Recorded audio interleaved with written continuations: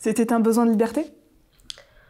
De liberté, pas trop. C'était surtout parce qu'en fait, quand j'étais jeune, je pensais que la vie, ça commençait le jour où on faisait l'amour. Donc, le premier qui a eu envie de le faire, je suis partie avec lui. Pour que ma vie commence, finalement. Mais bon, elle a pas très bien commencé. Et pourquoi est-ce que ça n'a pas bien commencé? Parce que c'est toujours comme ça avec moi. Ça commence mal et ça finit encore plus mal. En fait, je tombe jamais sur le bon numéro. Je suis comme... vous voyez les papiers spirales là qui collent, qui attirent les mouches? Ça c'est moi tout craché. Des histoires moches, il y en a plein qui me passent à côté. Et comment vous expliquez ça, Adèle? Ça s'explique pas, hein. C'est comme l'oreille musicale, vous l'avez ou vous l'avez pas. Qu'est-ce qui s'est passé avec ce garçon? Avec lequel? Le premier, celui avec qui vous êtes parti. Ça n'a pas été jusqu'au bout? Si, ça a été jusqu'au bout même. Mais vous avez été déçue? Non, c'est justement, je pense que c'est le contraire, c'est parce que il m'a tellement plu en fait. Sinon je serais pas là ici à vous parler. Mais bon, c'est vrai que la première fois, on n'était pas très à l'aise. Oui, la première fois, c'est jamais très facile. Ah non, c'est juste parce qu'en fait, on était sur le lavabo d'une station-service, alors c'est pas très pratique. Je sais pas si vous avez déjà essayé. Non. Ah oui, non, le faites pas parce que c'est vraiment pas pratique et encore moins sur les autoroutes. En fait, c'était moi qui avais eu l'idée de faire du stop, mais en fait, c'était pas une très bonne idée. Parce que je pensais toujours que les histoires d'amour, ça commençait au bord de la mer.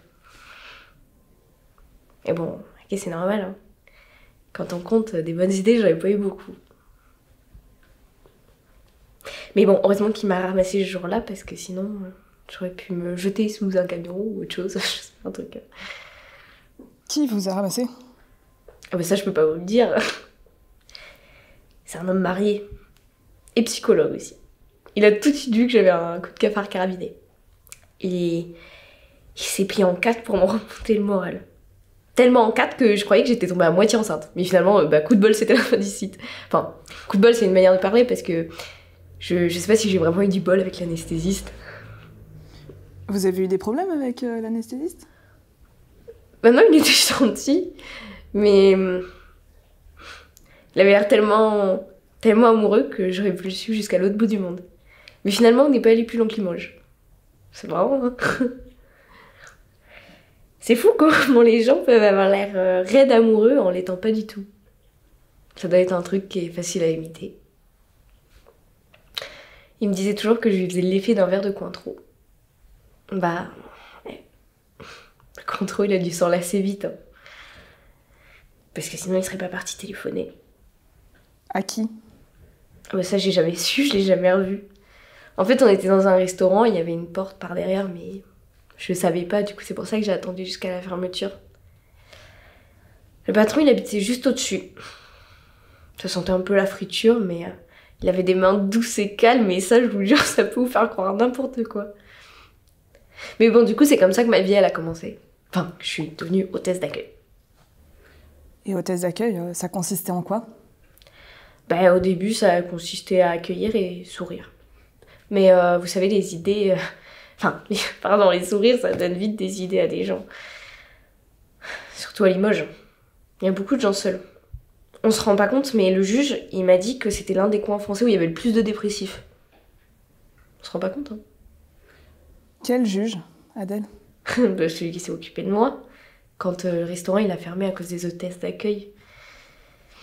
Lui aussi était un peu dépressif. Il s'est pas occupé de moi longtemps. Même pas 15 minutes dans une chambre d'hôtel. Il y avait pas de rideau, pas de télé, et pas d'oreiller non plus. Mais bon, il avait pas un mauvais fond parce que quand il a vu que j'avais les yeux rouges de larmes, il m'a offert son mouchoir.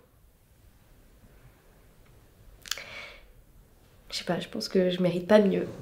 C'est peut-être écrit quelque part. Il y a des gens, ils sont faits pour vivre en rigolant. Moi, il n'y a pas un seul jour où je me suis pas fait avoir. Tout ce qu'on m'a toujours promis, j'y ai toujours cru. J'ai jamais réussi à rien, servi à quelque chose ou même compté pour quelqu'un.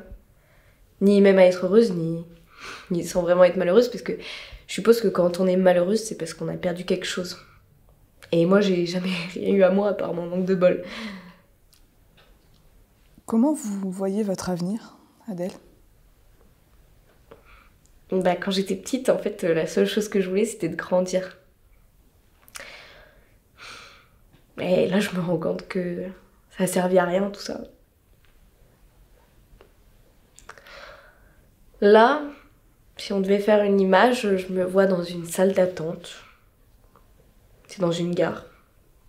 Et je suis assise sur un banc et il y a une vitre en face de moi, là. Et je vois les gens passer. Ils passent vite. Ils sont pressés. Parce qu'ils ont un taxi ou un train à prendre, parce qu'ils partent en voyage ou ils ont quelqu'un à rejoindre. Quelqu'un qu'ils aiment. Et qui les aime aussi. Et moi, j'attends. Je suis assise sur le banc. Et je les regarde. Mais vous attendez quoi? Bah, il m'arrive quelque chose.